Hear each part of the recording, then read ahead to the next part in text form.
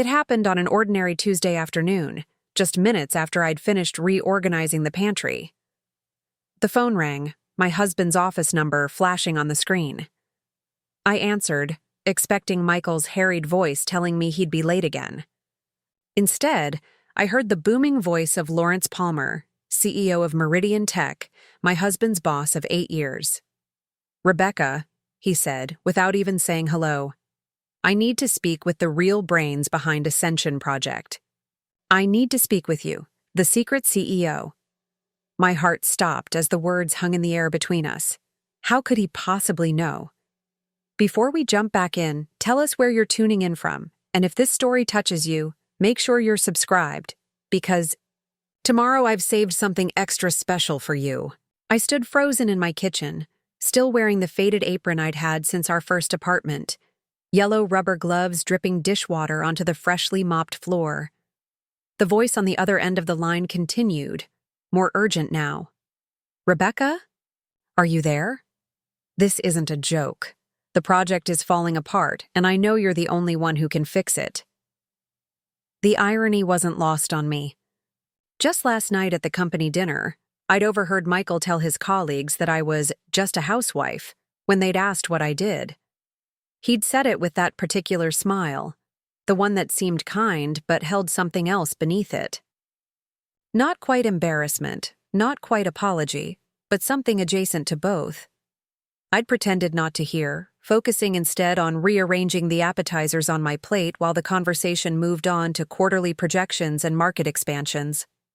And now, less than 24 hours later, the most powerful man in Michael's company was calling me the secret CEO. The whiplash of it all made me grip the counter for support. "Mr. Palmer," I managed, "I think there's been a misunderstanding." "No misunderstanding," he cut in. "I've seen the code annotations. I've analyzed the architecture diagrams. I know Michael's work, and that isn't it. That level of elegance, that particular solving methodology, it has your fingerprints all over it. The same ones I recognized from your work at Nexus Innovations, before you disappeared from the tech world 7 years ago." The mention of Nexus sent a chill down my spine. I hadn't heard that company name spoken aloud in our house for years. It was part of a past life, my past life, that Michael and I had silently agreed to pretend had never existed. "How did you—" "I did my homework," Palmer interrupted. "When millions of dollars and the future of my company are at stake, I make it my business to know who's really doing the work. And right now, Rebecca, I need your help. Not Michael's proxy. You." I glanced at the clock. 3:15 p.m. Michael wouldn't be home until after 7. The children wouldn't be back from their after-school activities for at least 2 hours. I had time to think, to decide what to do with this sudden puncture in the carefully constructed bubble I'd been living in. "Can I call you back in 10 minutes? I asked. "Make it 5, Palmer replied and hung up. I peeled off the rubber gloves and dropped them in the sink, then walked to the hallway closet where, behind winter coats and a vacuum cleaner, a cardboard box sat untouched for nearly 7 years. I pulled it out, brushing away dust as I carried it to the dining room table. Inside was the remnant of who I used to be. Rebecca Chen, rising star software architect, the woman who'd helped build Nexus Innovations' security platform from the ground up before walking away from all of it. The box contained old notebooks filled with code, conference badges, and a framed article from Tech Visionary magazine with the headline, 30 Under 30, The Minds Reshaping Our Digital Future. My younger face stared back at me, confident and ambitious, unaware of how quickly priorities could change, how completely one life could be subsumed by another. At the bottom of the box lay the real reason I'd left it all behind. A small, worn journal documenting the 3 miscarriages I'd suffered while trying to balance my skyrocketing career with the family Michael and I desperately wanted. The doctor's words still echoed in my head. "Something has to give, Rebecca. Your body can't sustain this level of stress." Something had given. It had been my career. The choice hadn't seemed difficult at the time. Michael and I had agreed. I would step back, focus on building our family, and he would provide. I'd help him from the shadows when he needed it, a debugging session here, an architectural review there. Nothing official, nothing acknowledged, just a wife supporting her husband. That was the arrangement. And it had worked. We now had twins, Emma and Ethan, healthy 6-year-olds who filled our home with noise and joy. Michael had risen through the ranks at Meridian, largely on the strength of the Ascension Project, an advanced security protocol that, yes, I had quietly architected from our home office while the children napped. I never resented the arrangement, not really. At least that's what I told myself on good days. On bad days, when Michael would come home bursting with stories of recognition and achievements built on my hidden labor, I would sometimes feel a flicker of something darker. Not quite resentment, not quite regret, but something adjacent to both. I picked up my phone and called Palmer back. "I'm listening," I said when he answered. "I need you in the office, today. The Singapore team found critical vulnerabilities in the Ascension framework, the kind that could sink us if they go public. Michael's been trying to patch them for 3 weeks with no success." "He never mentioned any vulnerabilities," I said, feeling a new kind of chill. Michael and I still talked tech occasionally, but these conversations had grown increasingly one-sided over the years, with him sharing sanitized victories and me nodding along. The detailed troubleshooting sessions of early marriage had gradually disappeared. Preparing and narrating this story took us a lot of time, so if you are enjoying it, subscribe to our channel.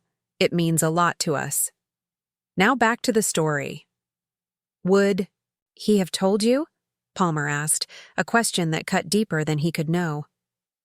"I'll be there in an hour," I said, making a decision that would irrevocably change the careful balance of my life. "But Mr. Palmer, I need something from you." "Name it."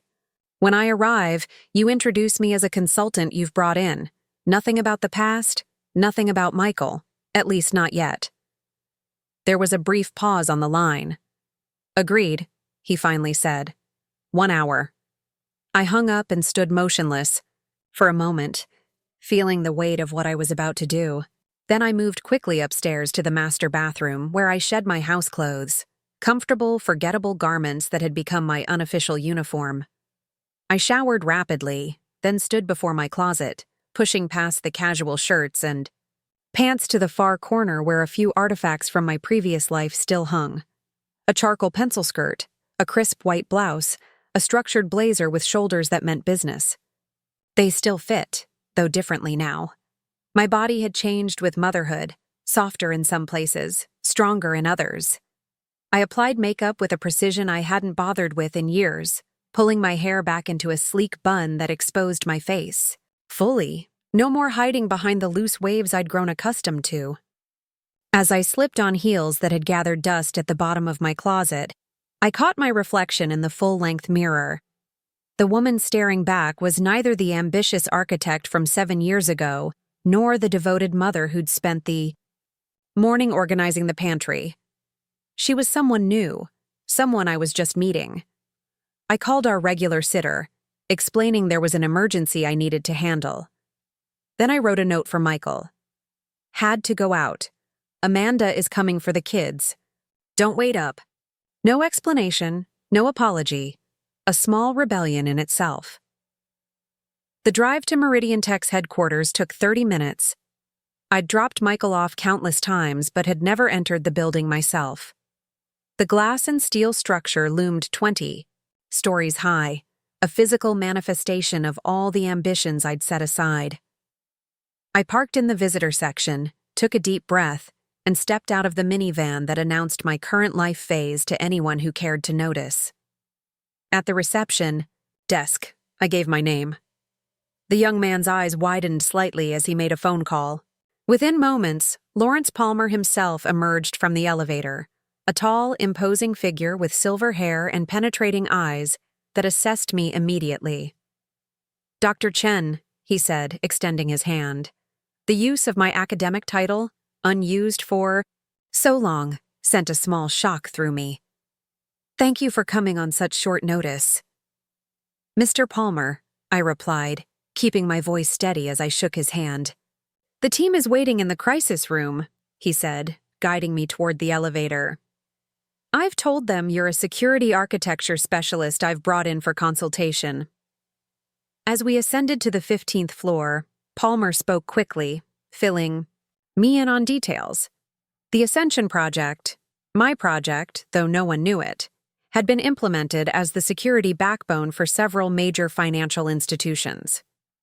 The vulnerabilities discovered meant potential access to sensitive financial data for millions of customers. The company had kept it quiet while attempting to patch the system, but time was running out. Michael's been working around the clock, Palmer said, a note of frustration evident in his voice. But he's hitting walls we can't afford to hit. Whatever he tells you, the truth is he's out of his depth. The elevator doors opened, revealing a corridor of glass-walled conference rooms. Palmer led me to the largest one at the end, where about a dozen people sat around a table covered with laptops, papers, and empty coffee cups. The air was thick with tension and fatigue. And there, at the head of the table, stood Michael, my husband of 11 years, father of my children, the man who had just last night dismissed me as just a housewife. His back was to me as he gestured at a projection on the wall, a section of code I recognized instantly because I had written it. He looked different here, shoulders back, voice commanding, fully inhabiting his role as project lead. This was Work Michael, a version I hadn't seen in action for years. Palmer cleared his throat and everyone turned toward us.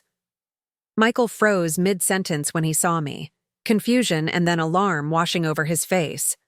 "Everyone," Palmer announced.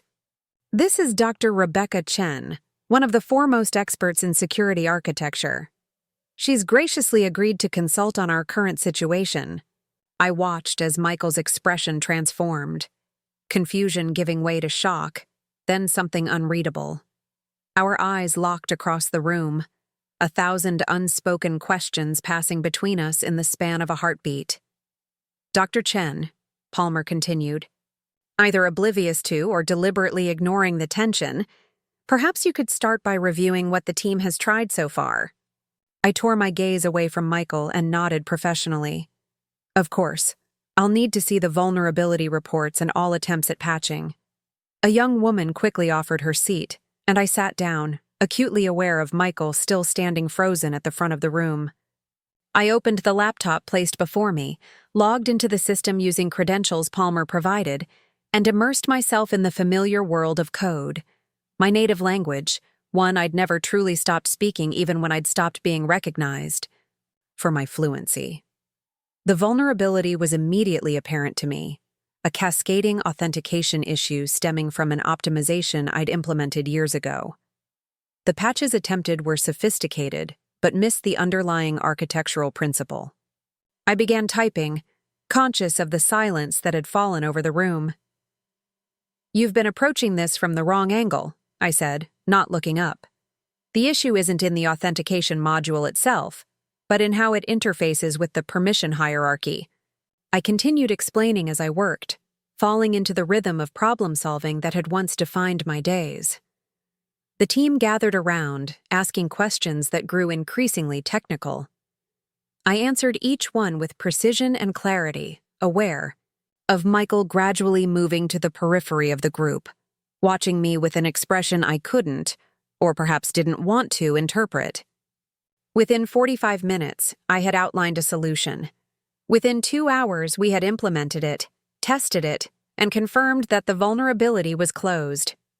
The relief in the room was palpable.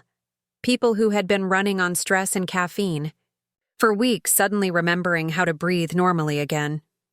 "Remarkable," Palmer said, looking from the screen to me with undisguised admiration. "Simply remarkable." The team began to disperse, heading back to their regular stations to implement the fix across all client systems. Soon, only Palmer, Michael, and I remained in the room. The silence between us hummed with tension. "Michael," Palmer said finally, "I believe you and Dr. Chen have some catching up to do. Take the rest of the day. We'll manage the rollout. His tone made it clear this wasn't a suggestion. When Palmer left, closing the door behind him, Michael and I faced each other across the conference table. 7 years of unspoken truths hung in the air between us. "How long has Palmer known?" Michael asked, his voice unnaturally quiet. "He called me today," I replied. "Apparently, he did some digging when the crisis hit a critical point." Michael nodded slowly, processing this. "And you just came in, just like that. Back to tech, back to this world." "The world I never really left," I said, surprised by the steadiness in my voice. "Just the world I stopped getting credit for." He flinched as if I'd struck him. "That's not fair, Rebecca. We had an arrangement." "Did we?" I asked, genuinely curious now. "Because I remember agreeing to step back from my career to focus on starting our family. I don't remember agreeing to become your uncredited ghostwriter. You helped me occasionally with difficult problems," he said defensively. "That's hardly ghostwriting." I laughed, the sound sharp and unfamiliar in the sterile conference room. "Michael, I designed the entire architecture for Ascension. I wrote the core modules. I created the testing framework. You've been implementing my vision for years and calling it yours." He had the grace to look away, color rising in his cheeks. "It wasn't. I didn't set out to take credit for your work." "But you did," I said, "and last night at the dinner you called me just a housewife. Do you know how that felt? To hear you dismiss everything I am, both what I do for our family and the work I've been doing behind the scenes to advance your career?" Michael sank into a chair, running his hands through his hair, a gesture so familiar from our home life that it seemed strange in this setting. "I didn't mean it like that," he said quietly. "It was just easier than explaining everything." "Easier for whom?" I asked, still standing. "Because it hasn't been easy for me, Michael. Watching you receive accolades for my ideas. Listening to you tell stories about breakthrough moments that happened at our kitchen table, with my help, while you conveniently omit my role." His eyes met mine, and I saw something I hadn't expected. Shame, yes, but also fear. "Are you going to tell everyone?" he asked. "Is that why you came today? To expose me?" The question hung between us, and I realized I hadn't fully considered my endgame when I'd agreed to Palmer's request. I'd acted on instinct, on the sudden opportunity to reclaim a part of myself I'd kept carefully partitioned away. But what did I want now? "I came because a system I built had a critical vulnerability that you couldn't fix," I said finally. "I came because regardless of credit, I still care about the work. I still take pride in it." "And now?" he asked, voice barely above a whisper. I looked around the conference room, at the whiteboards covered in familiar notation, at the screens displaying code I understood intimately, at the view of the city beyond the windows, and felt a clarity I hadn't experienced in years. "Now," I said, "we renegotiate our arrangement." The drive home was silent, each of us lost in our own thoughts. We'd agreed to continue the conversation later, away from the charged atmosphere of his workplace. Michael had meetings he couldn't reschedule, so he stayed behind while I left, my temporary access badge turned in at reception. As I drove, I felt a curious lightness. Not happiness exactly, the situation was too complex for simple happiness, but something adjacent to liberation. The secret was out, at least to Palmer, and soon to Michael's team. There was no going back to the neat compartmentalization that had defined the past 7 years. At home, I changed out of my corporate armor and into comfortable clothes, but something had shifted. I moved differently now, with a consciousness of my capabilities that had been muted for too long. I paid the sitter, helped the twins with homework, and prepared dinner with mechanical efficiency, my mind still processing the seismic shift of the day. When the children were finally asleep, I sat at the kitchen table with a cup of tea, waiting. It was nearly 10 when Michael's key turned in the lock. He entered cautiously, as if unsure of his welcome in the home we'd built together. "The children?" he asked, setting down his briefcase. "Asleep. They missed you at dinner." My voice wasn't accusatory, simply factual. He nodded, pouring himself a glass of water before sitting across from me. For a moment, we studied each other like strangers, or perhaps like people seeing each other clearly for the first time in years. "Palmer wants to hire you," he said finally, "as a chief architecture officer. New position, reporting directly to him." I nodded, unsurprised. Palmer had hinted as much before I left. "And how do you feel about that?" Michael's gaze dropped to his hands. "Honestly? Terrified, ashamed, proud." He looked up again. "All at once. Ashamed because people will know you didn't do it alone? Ashamed because I let it go this far," he corrected quietly. "Because somewhere along the way, I started believing the story we were telling everyone else. I started seeing your contributions as supplementary, auxiliary." He swallowed hard. "I didn't set out to take credit for your brilliance, Rebecca, but I didn't fight very hard against it either." The honesty in his voice caught me off guard. I'd been preparing for defensiveness, for the kind of circular arguments that never reach resolution. Instead, he was offering a vulnerability I hadn't seen from him in years. "When did it start?" I asked. "When did you stop seeing what I was really contributing?" He considered this, genuinely reflecting. "I think it was gradual. At first, we both knew I was implementing your ideas. Then we stopped talking about it explicitly. Then the team started praising me, and I accepted it, internalized it." His voice grew quieter. "And you never objected. You seemed content with the arrangement." "Did I?" I asked, more to myself than to him. "Or did I just become so accustomed to being invisible that I stopped noticing?" The question hung between us, impossible to answer definitively. Perhaps we had both participated in my erasure, he by accepting unearned credit, me by surrendering it without protest. "What do you want, Rebecca?" Michael asked finally. "Do you want the job Palmer is offering? Do you want to go back to that world?" I had been asking myself the same question all afternoon. The answer wasn't simple. "I want recognition for my work," I said slowly. "Past and future. I want to stop pretending I'm less than I am. But I don't want to return to the life I had before. The 70-hour weeks, the constant pressure, the physical toll it took." I met his gaze directly. "I want balance. I want to be both the mother I've become and the architect I never stopped being." "Is that possible?"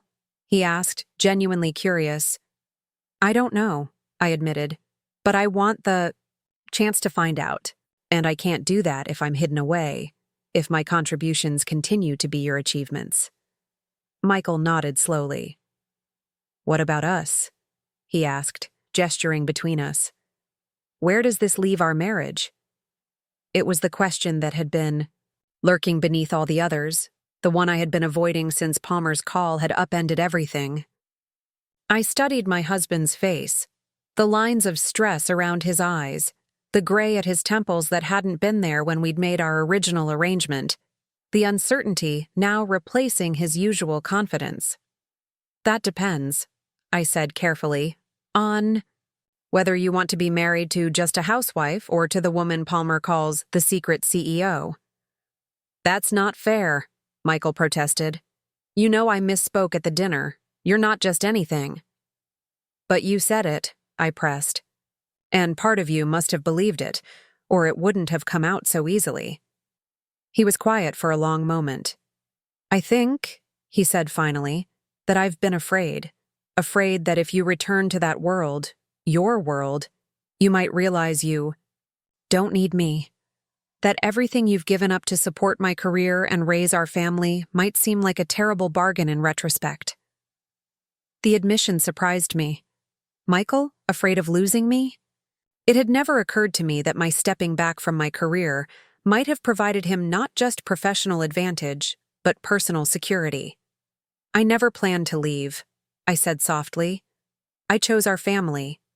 I chose the twins. I even chose to help you with your work. I just never chose to become invisible while doing it." "And now?" he asked. "What are you choosing now?" I took a deep breath. "I'm choosing to become visible again. I'm choosing to find a way to be both the mother our children need and the architect I know I am. I'm choosing to stop pretending I'm less so that you can appear to be more." Michael flinched, but nodded. "And us? Are you still choosing us?"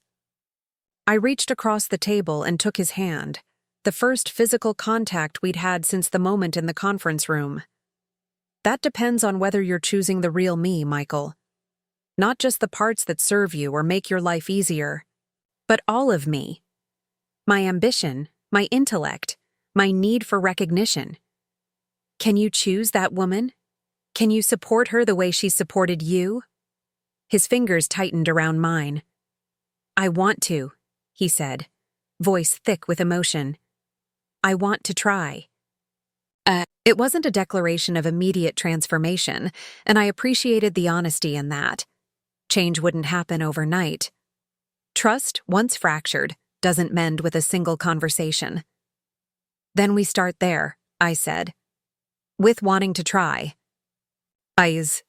We talked for hours that night, excavating years of unspoken assumptions and quiet accommodations. We argued, too, about opportunities I'd surrendered, about credit he'd accepted, about the subtle ways we'd both reinforced patterns that diminished me. The conversation was messy, painful, liberating, everything that our carefully maintained equilibrium had not been. By the time exhaustion finally claimed us, we had reached no neat resolutions, but we had broken the silence that had grown between us. It was a beginning, not an ending. The next morning, I called Palmer and accepted the position with conditions: flexible hours, partial remote work, and a public acknowledgement of my role in developing the Ascension architecture. He agreed without hesitation. "I should have found you years ago," he said. "Things might have been very different." "No," I replied, thinking of my twins asleep upstairs, of the life I'd built that was imperfect but mine. I needed to find myself, and I finally have. When I hung up, I found Michael watching me from the doorway, our children's lunchboxes in his hands, a task he'd never taken on before. "The secret CEO," he said, a tentative smile playing at his lips. "It suits you better than just a housewife." I was never just anything," I reminded him. "Neither are you." He nodded, understanding dawning in his eyes. "Partners, then? In everything?" I took one lunchbox from him, a small redistribution of responsibility. "Partners," I agreed. "In everything."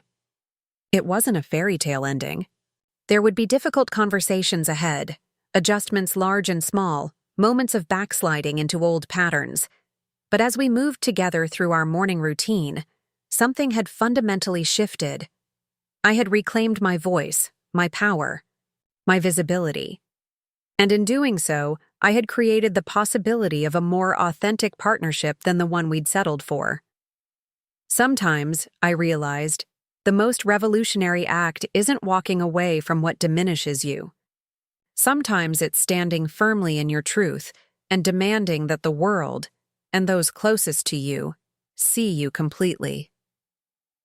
As I prepared to officially step back into the professional world I'd never truly left, I felt neither triumph nor vindication, but something quieter and more profound. Recognition, not just from Palmer, not just from Michael, but from myself. I was the architect of security systems that protected millions. I was the mother who knew exactly how to soothe my children's nightmares. I was the wife navigating a marriage in transformation. I was the woman who had disappeared into roles and expectations until I had almost forgotten my own power. I was Rebecca Chen, the secret CEO stepping into the light, reclaiming every part of myself I had ever surrendered, and discovering new strengths I never knew I possessed. The transition wasn't seamless. It couldn't be. 7 years of carefully constructed identity doesn't dissolve overnight, no matter how dramatic the catalyst. 2 weeks after Palmer's phone call, I found myself standing in Meridian Tech's sleek lobby at 7:45 a.m., dressed in a charcoal suit that still felt like a costume, clutching a leather portfolio that Emma had decorated with unicorn stickers the night before. "So Mommy remembers us when she's being a boss lady," she'd explained seriously. Those stickers, slightly crooked, vibrantly out of place against the professional leather, were my tether to the life I was determined not to sacrifice even as I reclaimed another. I ran my thumb over one as I waited for the elevator, drawing strength from its tacky surface. The doors opened and I stepped inside, pressing the button for the executive floor, a destination that still felt presumptuous despite the access card hanging from my neck that confirmed my right to be there. The elevator filled with others, young programmers with casual confidence, administrative staff with practiced efficiency, middle managers with careful neutrality. I recognized the taxonomy of corporate life with a strange sense of déjà vu. A young woman glanced at my ID badge and did a double take. "Dr. Chen?" she asked, her voice a mixture of awe and confusion. "The Rebecca Chen?" I wasn't prepared for recognition. In my previous life at Nexus, I'd developed a reputation in certain technical circles, but I'd assumed that had faded with my absence from the industry. "Yes," I answered simply, unsure what version of me she was referencing. "Your paper on distributed authentication protocols changed the way I think about security architecture," she said, her eyes wide with genuine admiration. "I studied it in my master's program. I had no idea you were joining Meridian." Before I could formulate a response that bridged the gap between who I had been and who I was now, the elevator reached my floor.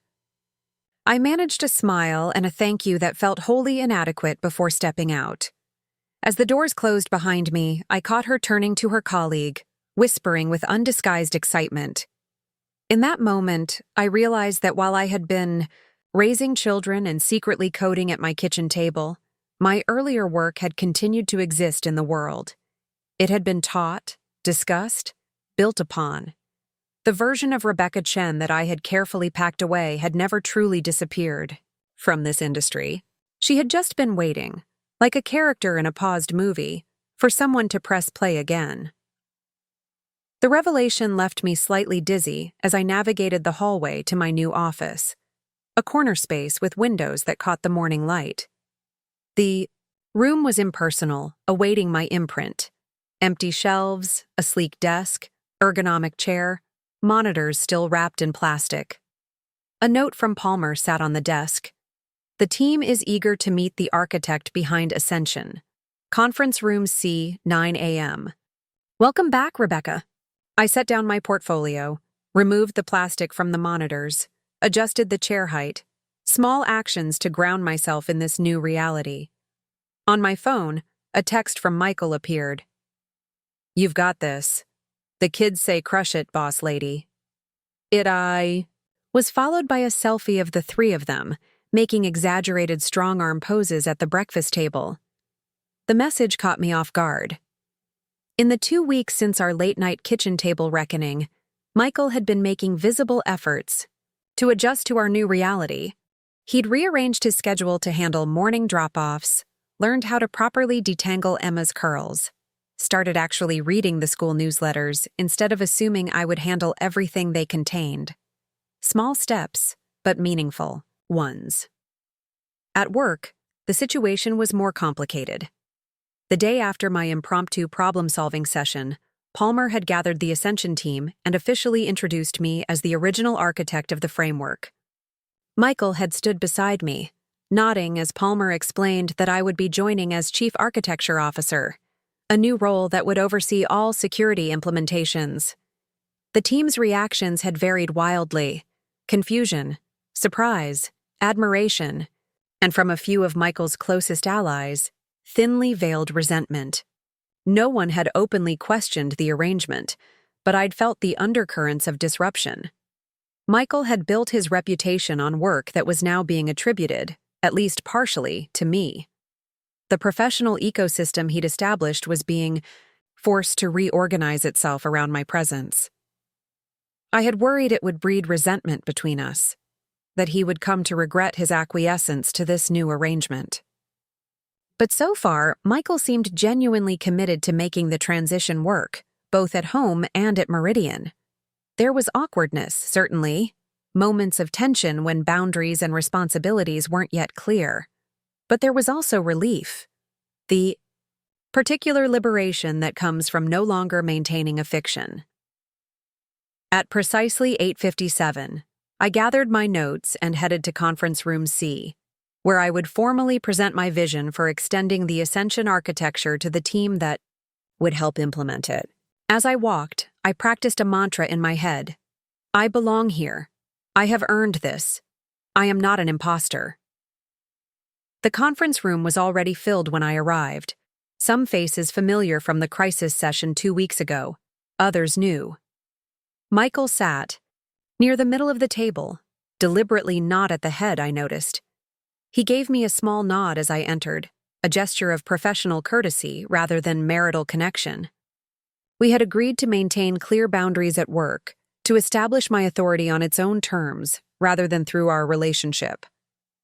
I took my place at the front of the room, connected my laptop to the projector, and looked out at the assembled team, engineers, developers, security specialists, all waiting to hear what the newly revealed secret architect had to say. The moment stretched, my prepared opening suddenly evaporating from my mind. Then I spotted the young woman from the elevator, sitting near the back, her expression open and expectant. I remembered her words.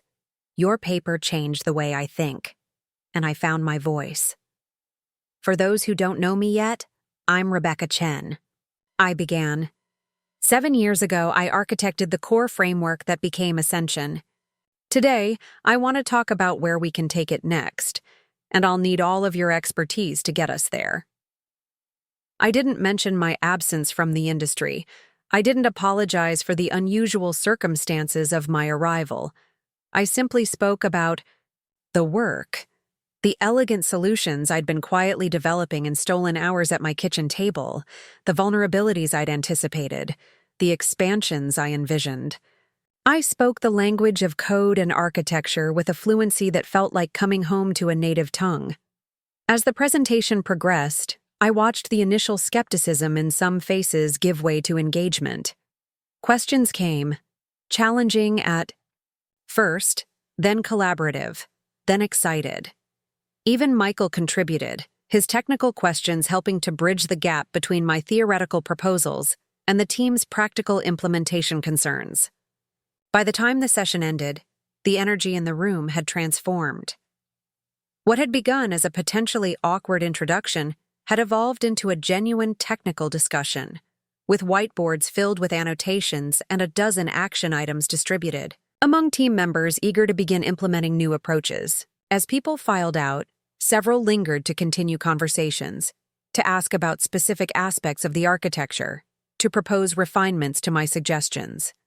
I answered each one, conscious of striking a balance between authority and openness to their expertise. When the room finally emptied, Michael remained, gathering his notes methodically. "That went well," he said, his voice carefully neutral. "Better than I expected," I admitted. "They're brilliant. You've built a strong team."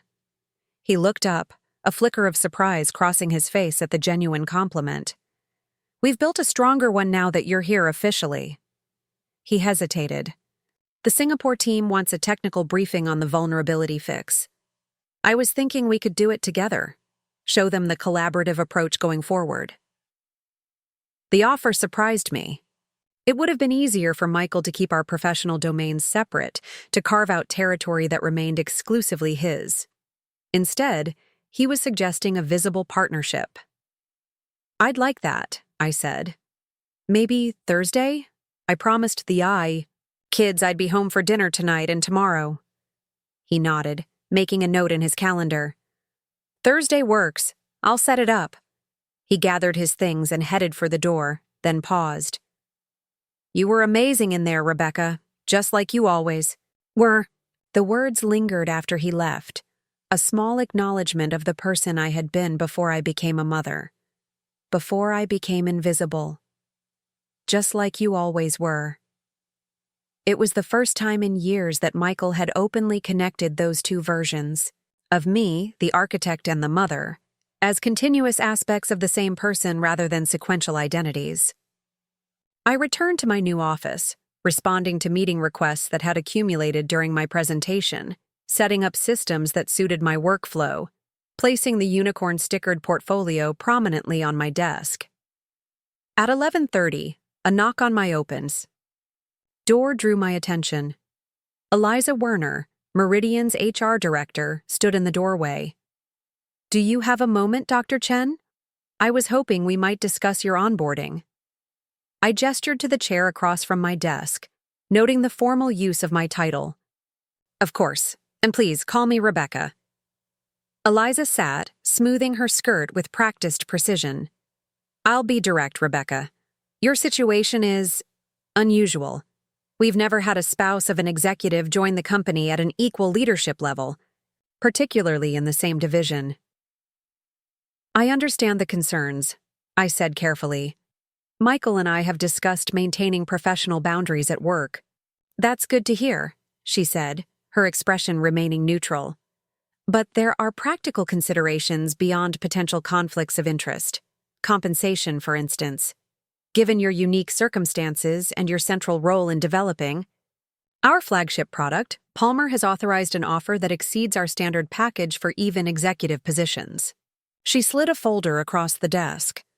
I opened it and blinked at the number on the compensation summary. It was substantially higher than I had anticipated, higher even than what I knew Michael earned. "This is generous," I said, struggling to maintain professional composure. "It's commensurate with your value to the company," Eliza replied matter-of-factly. "Palmer was quite clear that we need to recognize not just your current contributions, but the years of unattributed work that built Ascension's foundation. There's also a substantial sign-on bonus, which he described as retroactive recognition of intellectual contribution." I closed the folder, emotions churning beneath my calm exterior. The figure represented more than money. It was tangible acknowledgement of my worth, a concrete valuation of everything that had gone unrecognized for years. "I should mention," Eliza continued, "that Michael has been informed of the compensation package. Palmer felt transparency was essential given your relationship." "And Michael's response?" I asked, unable to help myself. A hint of a smile crossed Eliza's professional mask. I believe his exact words were, "It should be higher." The response blindsided me. I had braced for jealousy, for subtle resentment, for the complex emotions that might arise when a husband discovers his wife will earn more than him. I hadn't expected advocacy. "There's one more thing," Eliza said, reaching into her briefcase. "The legal team has prepared this." She handed me another document. "It's an amendment to Ascension's patent filings, adding you as co-inventor and acknowledging your original architectural contributions. It will be filed with the patent office once you've reviewed and signed." I stared at the document, my name printed alongside Michael's where it had always belonged. "Thank you," I said, the words entirely inadequate for the recognition this represented. Eliza stood. "I'll let you review everything. We can finalize the paperwork tomorrow." She paused. At the door. "For what it's worth, Rebecca, there's considerable excitement about your arrival, particularly among our female engineers." After she left, I sat motionless, the compensation package and patent amendment open before me. Through the windows of my office, I could see the city spread out below, people moving through their days, lives intersecting in patterns too complex to fully comprehend from a distance. 7 years ago, I had stepped away from this world, believing I had to choose between career ambition and family. Now, I sat in an executive office with my children's stickers on my portfolio and an offer that validated everything I had created. In the shadows. The binary choice I had accepted as inevitable suddenly seemed like an artificial construct, a false dichotomy I had internalized without questioning. My phone chimed with a text from the twins' school. Ethan had forgotten his math worksheet. Could someone drop it by? The message was followed by the school secretary's standard disclaimer. We understand parents are busy, so no pressure. In my previous life, the life of just 2 weeks ago, I would have automatically rearranged whatever I was doing to deliver the forgotten assignment. It was what mothers did, what I did. But now, sitting in my new office with meetings scheduled and a team waiting for direction, I paused. I took a photo of the worksheet sitting on my desk. I had checked both children's backpacks that morning, anticipating just such a scenario, and texted it to Michael with a simple message. Ethan forgot this. Could you print and drop it off? His response came quickly. On it. Meeting just ended. I can go now. No hesitation, no implication that his work was too important to interrupt. No suggestion that this was primarily my responsibility. Just a simple acknowledgement and action. I sat back in my chair, a peculiar lightness spreading through me. This was what partnership actually looked like, the fluid exchange of responsibilities based on availability rather than prescribed roles. It had taken a seismic disruption of our carefully maintained equilibrium to reveal what should have been. Obvious all along, when both partners are seen fully, valued completely, the entire system functions better. My office phone rang. The Singapore team was available earlier than expected. Could I join a call in 5 minutes to discuss the vulnerability patch? I agreed, gathered my notes, and headed to the conference room, sending Michael a quick text to join if he was available. As I walked through the office, I noticed small things I'd missed earlier. The way conversations paused briefly as I passed, the mixture of curiosity and recalibration happening as employees adjusted to my presence. I wasn't just a new executive. I was a disruption to the established order, a complication in the narrative of how success at Meridian worked. In the restroom, I overheard 2 women talking, unaware of my presence in a stall. So she just stepped in and solved the problem. In a few hours? One asked. That's what Raj told me, the other replied. And get this, apparently she's been the real brains behind Ascension all along, just working behind the scenes while raising their kids. I don't even know if that's inspiring or depressing. Like amazing that she's finally getting credit. But all those years of invisible work? And her husband just took the glory? I heard they had some arrangement. She stepped back when they had kids.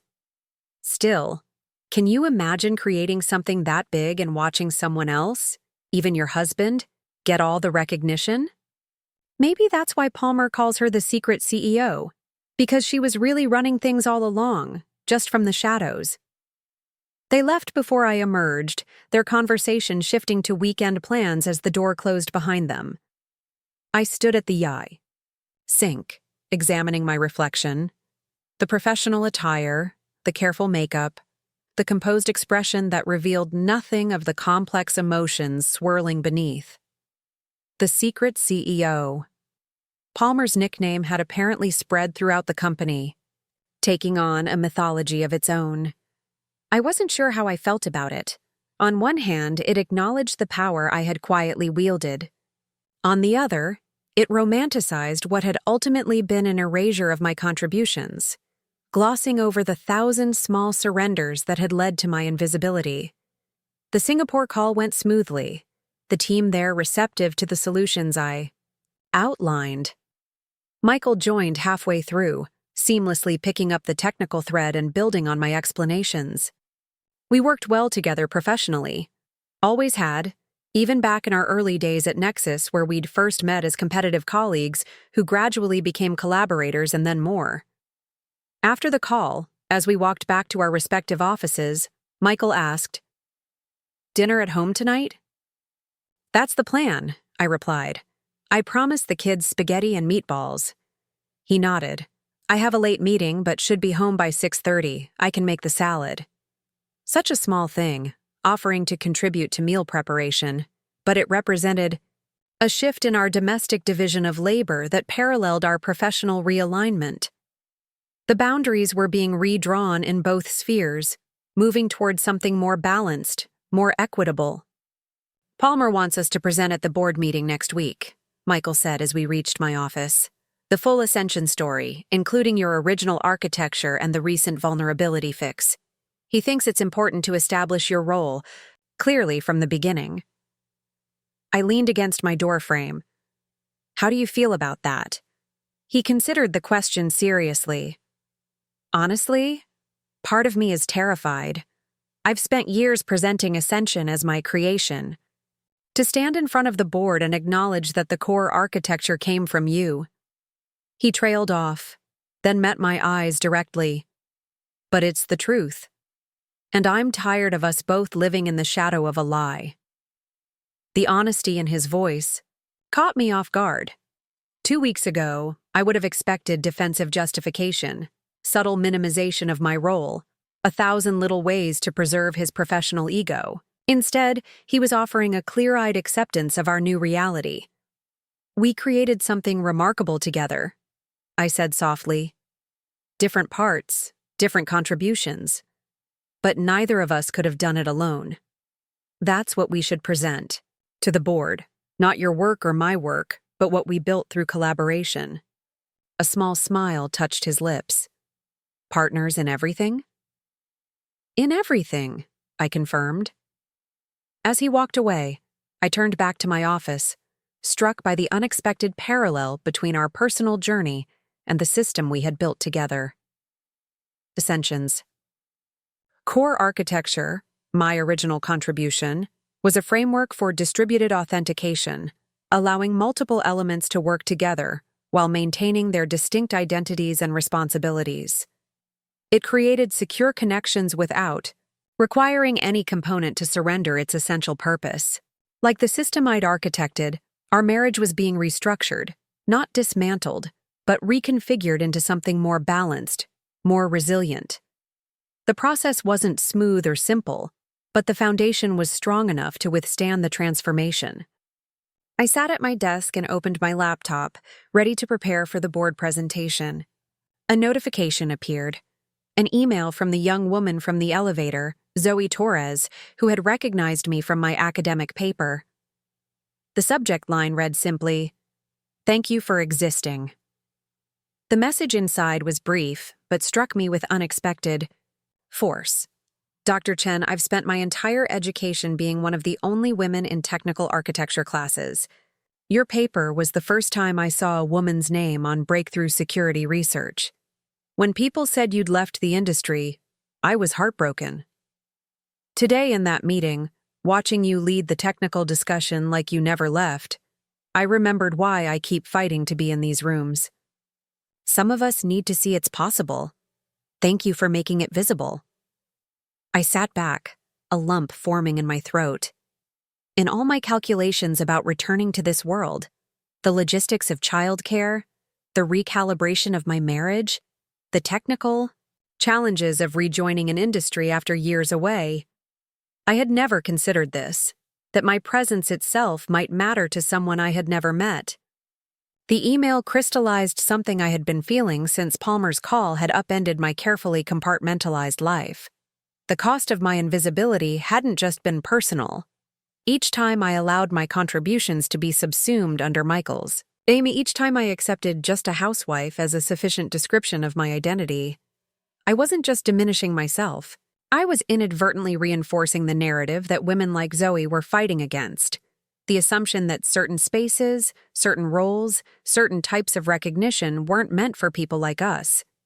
I typed a reply, inviting Zoe to coffee, later that week. Then I turned to my preparation for the board meeting, approaching it with renewed purpose. This wasn't just about reclaiming credit or renegotiating my marriage. It was about making visible what had been hidden, Not just my work, but the possibility it represented. That evening, as I made meatballs with Emma and Ethan helping in their enthusiastically messy way, I felt a sense of integration I hadn't experienced in years.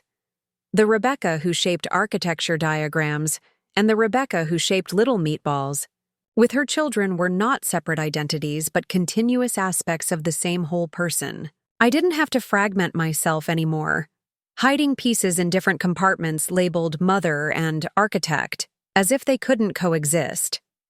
When Michael arrived home, he joined us in the kitchen without prompting, washing his hands and asking what he could do to help.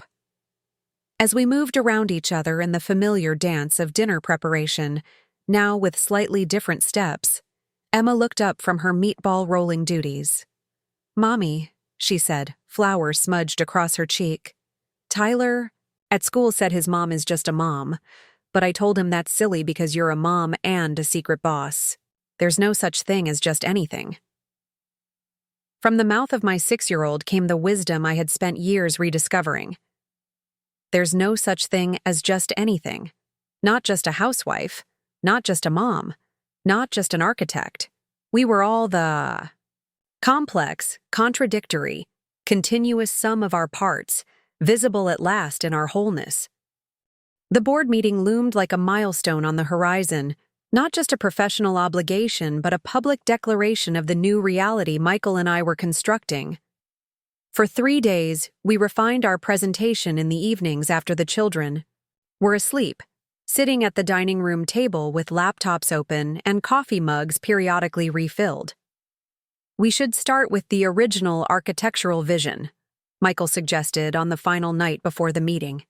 "Show them the elegance of what you designed before diving into how we've implemented and expanded it."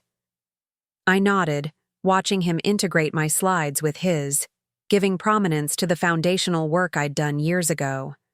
There was something surreal about seeing my name appear on documents that had, until recently, carried only his. More striking still was his apparent ease with this redistribution of credit, as if unburdening himself of unearned recognition had lightened something within him. "What about the vulnerability?" I asked. "How transparent should we be about how close we came to disaster?" Michael considered this, rubbing the stubble on his chin, a habit that emerged when he was deeply focused. "Complete transparency," he said finally.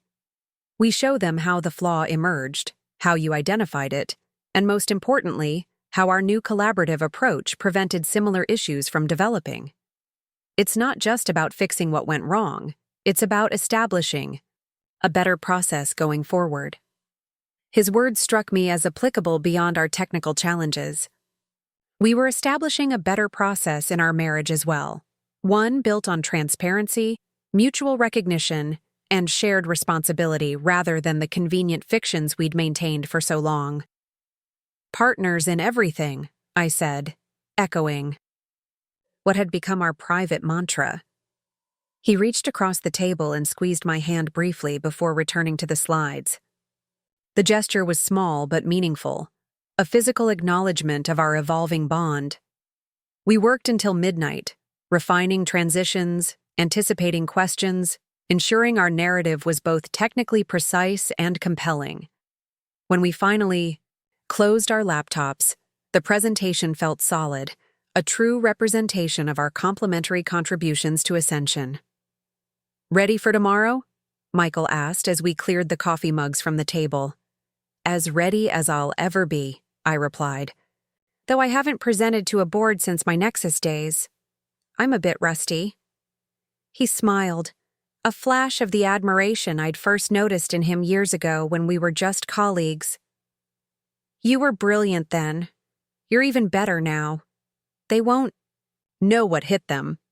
I carried his confidence with me the next morning as I dressed in a navy suit I'd purchased specifically for the occasion, something that projected authority without sacrificing comfort. The twins watched with fascination.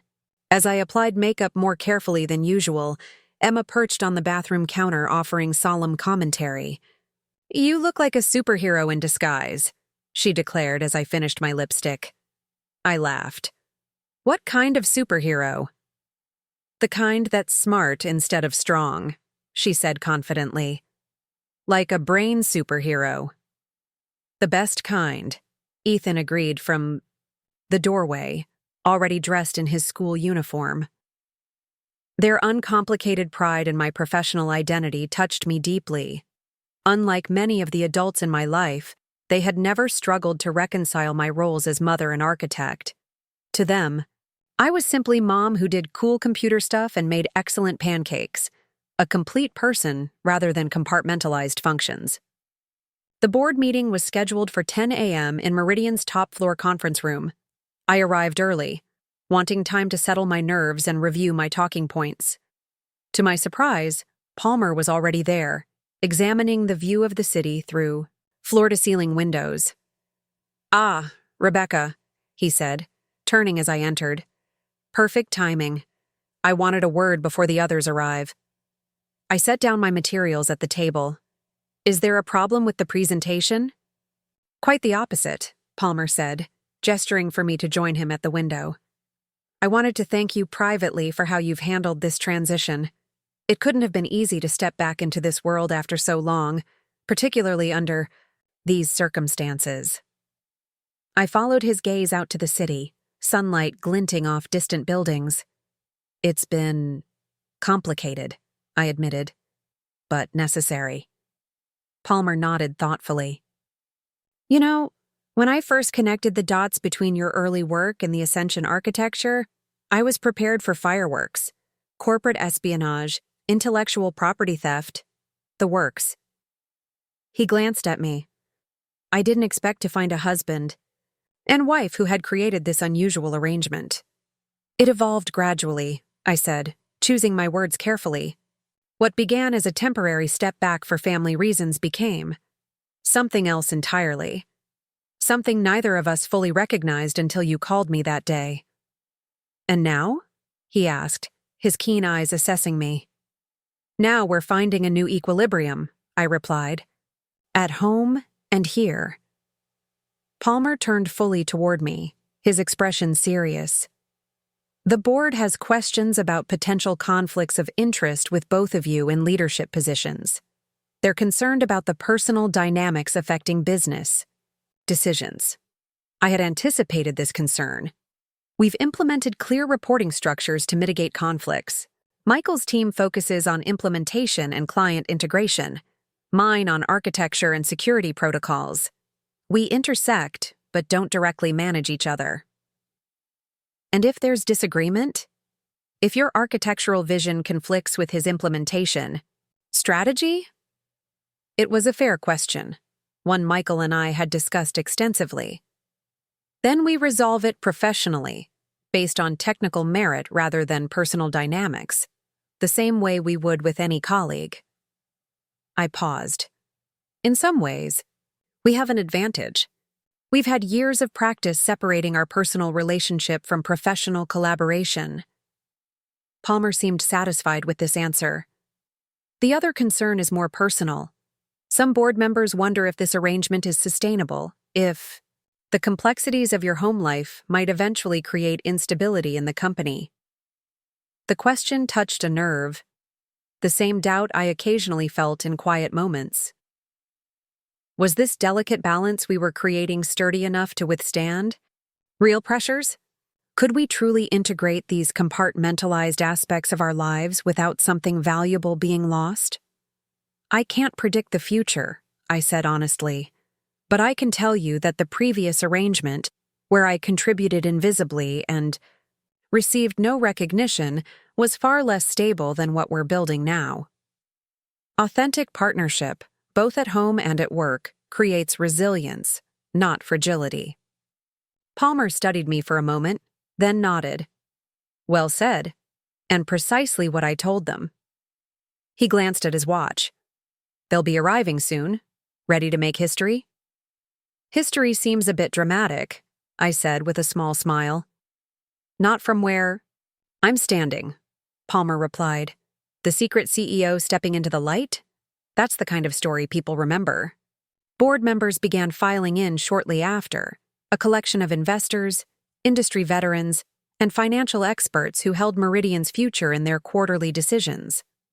Michael arrived last, looking sharp in a suit I hadn't seen before. Hair freshly trimmed.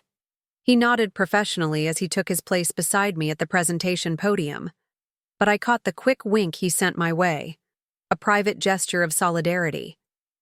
Palmer opened the meeting with standard updates on company performance before turning the floor over to us.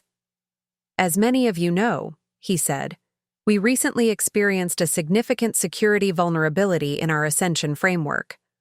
What you may not know is that this crisis led to a remarkable revelation about the true origins of our flagship product. I'll let Michael and Dr. Chen explain. Michael stepped forward first. Thank you for the opportunity to present today. I'm here to share some important context about Ascension, specifically to properly attribute its foundational architecture. He paused, his gaze sweeping the room. For years, I've stood before this board taking credit for a security framework that, while I helped implement and expand, was originally designed by someone else. He gestured to me. Dr. Rebecca Chen, who recently joined Meridian as our Chief Architecture Officer, created the core authentication protocols and security architecture that became Ascension. For personal reasons, we maintained an unofficial collaboration where she continued to contribute to the project without formal recognition. That arrangement was a disservice to her brilliance, to this company, and ultimately to the integrity of the product itself.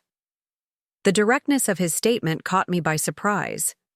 We had prepared a more gradual introduction to this revelation, but Michael had chosen to lead with unvarnished truth, a clean break from years of careful obfuscation. I stepped forward, picking up the narrative thread. To be clear, this wasn't a case of theft or deception, I added, seeing the concern on several board members' faces. It was a private arrangement that evolved as our family circumstances changed. I stepped back from my technical career when we started our family, but continued to collaborate with Michael on architectural challenges that interested me. A board member, Janet Winters, former CTO of a major financial institution, leaned forward. And the recent vulnerability? How does that connect to this arrangement? This was the delicate part of our presentation, explaining the failure, without undermining confidence in the product or our leadership. The vulnerability emerged at the intersection of original architecture and subsequent implementation, I explained, advancing to a technical slide that illustrated the issue. As Ascension evolved, certain optimizations were implemented without full understanding of the underlying architectural principles. This created a blind spot that the Singapore team identified during routine security testing. Michael picked up the explanation. Because Rebecca wasn't officially part of the development process, critical context was lost between her original design and our ongoing implementation. Once she was brought in, she immediately identified the architectural origin of the problem and developed a comprehensive solution. We proceeded through our prepared material, explaining the technical details of the vulnerability, the solution implemented, and most importantly, the new collaborative approach we were establishing to prevent similar issues in the future. As we concluded, another board member, David Levinson, known for his direct questioning, fixed his gaze on me. Dr. Chen, with all due respect, if you created the core architecture, why did you allow someone else to take credit for so long? Even your husband? The room fell silent. It was the question that lurked beneath the surface of this entire situation, one that I had asked myself repeatedly over the past month. I took a measured breath. It's a fair question, Mr. Levinson. The answer isn't simple. I set down my presentation remote, preferring to speak without the crutch of slides. When I stepped back from full-time work to focus on our family, the arrangement seemed reasonable, Michael implementing and expanding ideas we discussed together. But over time, that collaborative understanding faded. What began as a temporary accommodation became an erasure of my contributions. I glanced at Michael, who nodded encouragingly. I accepted that erasure for longer than I should have. I prioritized family harmony over professional recognition. I told myself it didn't matter who got the credit as long as the work was good. I met Levinson's gaze directly. I was wrong. It does matter, not just for me personally, but for the integrity of the work itself. Problems emerge when creators become disconnected from their creations. Levinson seemed satisfied with this answer, but Janet Winters had another question. And now?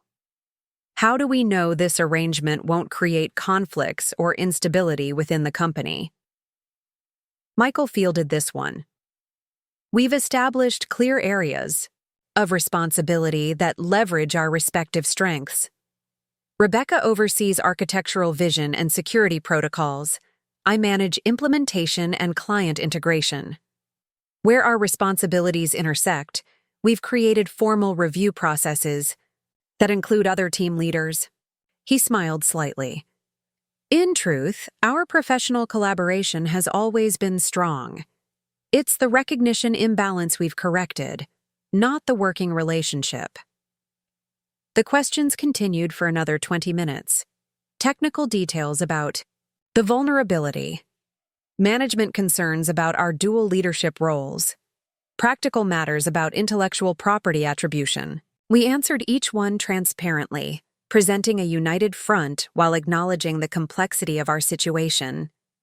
When we concluded, Palmer thanked us and moved on to other agenda items. As we returned to our seats, he gave us a subtle nod of approval. The hardest part was over. We had officially rewritten the narrative of Ascension's creation, establishing a new baseline of truth from which everything else would proceed. After the meeting, board members approached us individually, some with congratulations on the vulnerability fix, others with technical questions about the architecture, a few with personal comments about our unusual situation. Janet Winters pulled me aside as others were leaving. I stepped back for family reasons too, early in my career, she said quietly. Except I never found my way back to the technical track. Ended up in management because it was the only path that accommodated the flexibility I needed. She studied me with experienced eyes. What you're attempting, maintaining both high-level technical contribution and family responsibilities, it's not easy. I'm discovering that, I admitted. She nodded. The trick isn't perfect balance. That's a myth that sets women up for failure. The trick is integration and selective imbalance. Some weeks work gets more, some weeks family gets more. But over time, neither is sacrificed completely. She handed me her card. Call me if you need a sounding board from someone who's navigated similar waters. Different era, different challenges. But some things haven't changed as much as we'd like. I thanked her, tucking the card into my jacket pocket, a small but significant connection to another woman who understood the particular complexities I was facing. As the boardroom emptied, Michael and I gathered our materials in companionable silence. The presentation had gone well, better than expected. We had stood together, publicly redefining our professional relationship while subtly reinforcing our personal one. Lunch? He suggested as we headed for the elevator. There's a new place on the ground floor, supposed to have great salads. Can't today, I replied. I promised to have lunch with Zoe Torres, the junior engineer who recognized me from my old research papers. She has questions about entering security architecture as a specialty. Michael nodded. No hint of disappointment or expectation that I should change my plans. Another small indication of our evolving dynamic, my professional commitments given the same weight as his. Dinner at home, though? I asked. It's taco night. The kids have been looking forward to it all week. Wouldn't miss it, he said with a smile. I'll pick up the ingredients on my way home. We parted in the lobby, heading in different directions, him to a client meeting, me to meet Zoe at a cafe across the street. As I walked, my phone buzzed with a text from Emma's teacher. Emma had mentioned during sharing time that her mom was a superhero who fixed broken computer security. Would I be willing to speak to the class about careers in technology during their upcoming Community Helpers Week? The request made me smile. 6 weeks ago, Emma's teacher wouldn't have thought to ask me about technology careers. I would have been categorized solely as Emma's mom, rather than as a potential technical role model. Now, my daughter's proud. Declarations had created a new opportunity, a chance to show a classroom of young children that technical expertise and parenthood weren't mutually exclusive identities. I texted back my agreement, already thinking about how to explain security architecture to 6-year-olds. Maybe something involving locks and keys, or a simplified demonstration of authentication using physical tokens. The cafe was busy when I arrived, but I spotted Zoe immediately, a young woman in her mid-20s with dark hair pulled back in a practical ponytail, nervously fidgeting with a paper napkin at a corner table. She jumped up when she saw me, her expression a mixture of excitement and anxiety. "Dr. Chen, thank you so much for meeting me.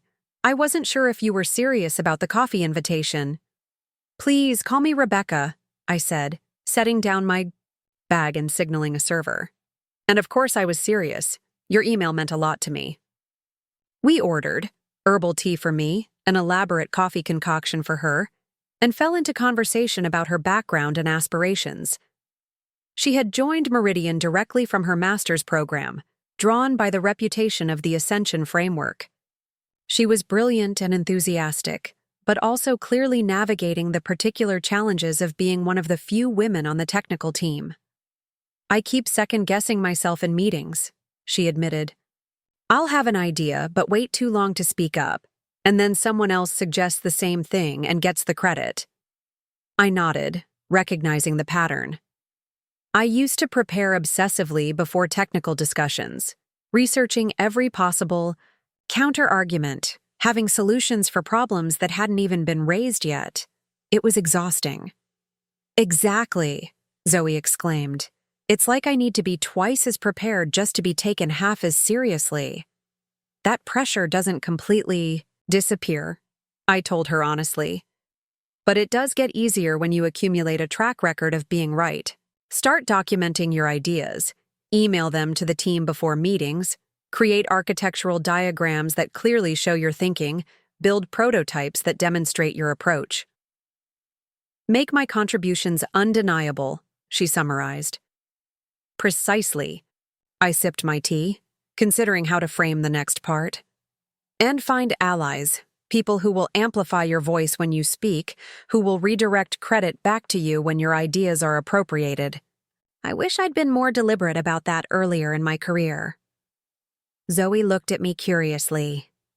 "Is that why you left the industry? Because you didn't have allies?" The question was direct but not accusatory.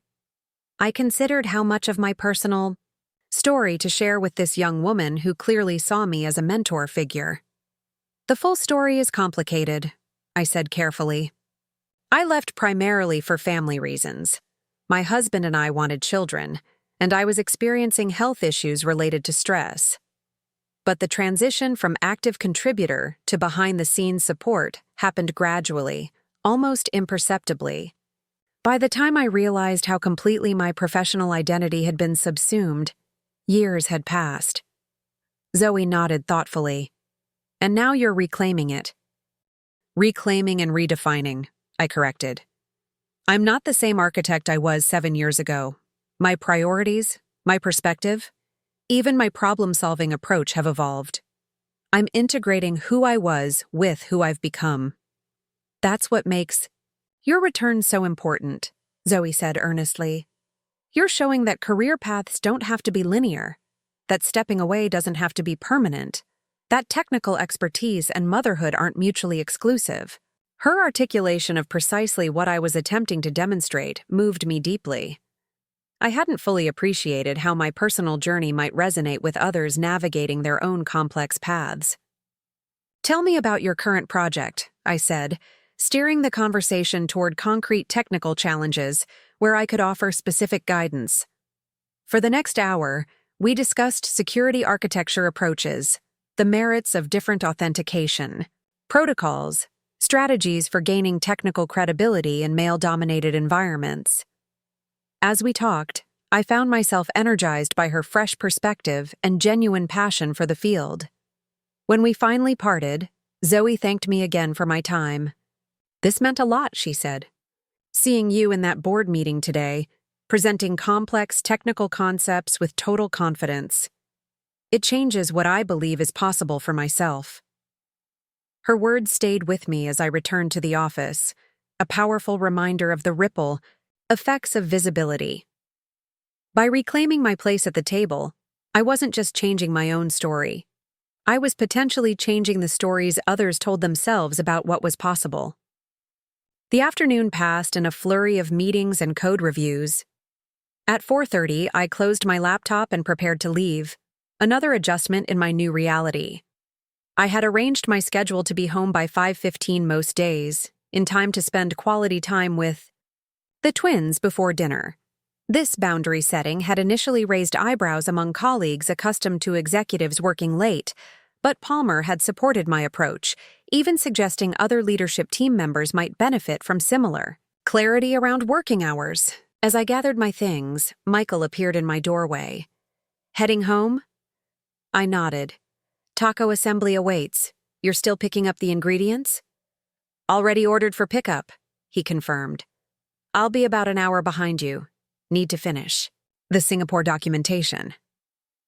There was no expectation in his tone that I should wait, no subtle suggestion that my departure was premature. Just a practical exchange of information between partners coordinating their shared responsibilities. "See you at home then," I said, slinging my bag over my shoulder. He smiled, a genuine, unguarded expression that reminded me of our early days together. "Looking forward to it." The drive home gave me time to mentally transition from Chief Architecture Officer to mom, a shift that was becoming more fluid with practice. By the time I arrived home and paid the after-school sitter, I was fully present for Emma and Ethan's enthusiastic recounting of their day's adventures. We moved to the kitchen, where they helped set the table while telling me about playground, politics, and art projects. I listened attentively, asking questions that showed I was tracking the complex social dynamics of first grade. These conversations, seemingly small but rich with opportunity for connection, were what I had been afraid of losing when I contemplated returning to work.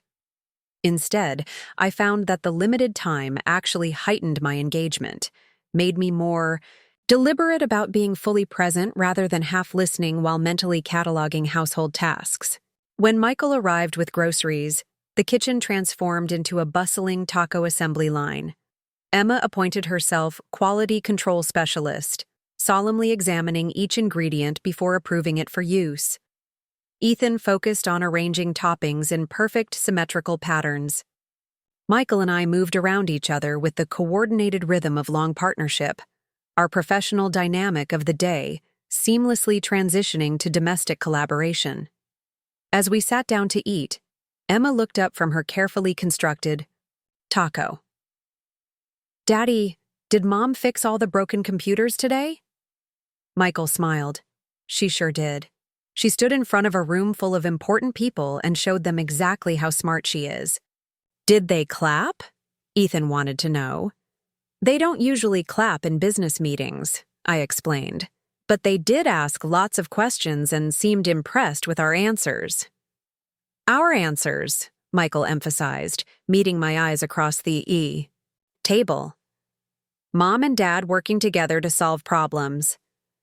Like how you both help with homework," Emma observed wisely. "Except with computers instead of spelling." Out of the mouths of children came the simplest distillation of what we were attempting to build. A true partnership across all domains of our lives, each contributing our unique strengths toward shared goals. Later, after the kids were in bed, Michael and I sat on the back porch with glasses of wine, reviewing the day's events in the quiet evening air. "Palmer said the board was impressed," Michael noted, "especially with how directly we addressed the attribution issue." I nodded. Janet Winters pulled me aside afterward. She offered to be a mentor of sorts, She navigated similar challenges in her career. That's a valuable connection, Michael observed. She carries a lot of weight with the board. We sat in comfortable silence for a moment, the evening breeze, carrying the scent of the jasmine I'd planted along the fence years ago. I met with Zoe Torres today, I said, the junior engineer I mentioned. How did that go? Better than expected. She's brilliant. Reminds me a bit of myself at that age. Technically gifted, but struggling with the social dynamics of being one of the few women on the team. I swirled the wine in my glass thoughtfully. She said something that stuck with me, about how seeing me present in the board meeting changed what she believes is possible for herself. Michael considered this. Your visibility matters beyond just your own recognition. Exactly. When I agreed to our original arrangement, stepping back, letting you become the public face of our work, I didn't consider the broader implications. I was thinking only of our family, our circumstances. But invisibility has ripple effects. Just as visibility does, Michael added. When the children see us sharing responsibilities, when your team sees you leading technical discussions, when Zoe sees you balancing professional achievement with family life, it creates new possibilities. In their minds, his understanding of these dynamics I was still articulating for myself, touched me deeply. This was another unexpected benefit of our new arrangement. As I stepped more fully into my professional identity, Michael was developing a more nuanced awareness of structural challenges I faced that had previously been invisible to him. Do you ever regret it? I asked quietly. Sharing the credit after having it to yourself for so long? He was silent for a long moment, considering the question seriously. There's an adjustment, he admitted finally. My professional identity was built around being the architect of Ascension. Redefining that role has required recalibration. I appreciated his honesty, the acknowledgement that this transition hadn't been effortless for him either. But regret? He continued. No, what I feel is relief. He looked at me directly. I spent years presenting work as mine that I knew came partially from you. Each award, each recognition carried this weight of, not quite imposter syndrome, but something adjacent to it. Now, standing beside you, acknowledging our complementary contributions, it feels honest in a way that success never did before. His words crystallized something I had been sensing but couldn't quite articulate. Truth, once spoken, creates space for authentic connection that deception, even the mutually agreed upon kind, never could. By reclaiming my visibility, I had inadvertently freed both of us from the constraints of the narrative we'd constructed. Partners in everything, I said softly, extending my hand across the space between our chairs. He took it, his fingers, warm and familiar against mine. In everything. We sat together in the gathering darkness, hands linked, wine forgotten. Two people who had traveled a long, complicated path to arrive at a truth that should have been simple. That partnership means being seen fully, valued completely, and supported unconditionally.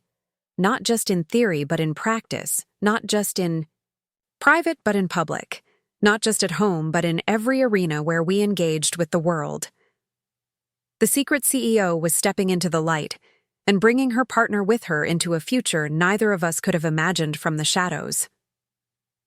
3. Months after the board presentation, I stood in the wings of the main stage at TechVision Conference, watching the audience fill the cavernous hall.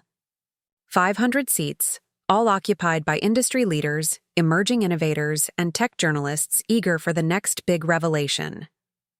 The buzz of anticipation was palpable, a living current that made my palms sweat despite my careful preparation. Nervous? Palmer appeared beside me, immaculate in his signature charcoal suit. Terrified, I admitted. It's been a decade since I presented at a conference of this caliber. He chuckled. You faced down our board without breaking a sweat.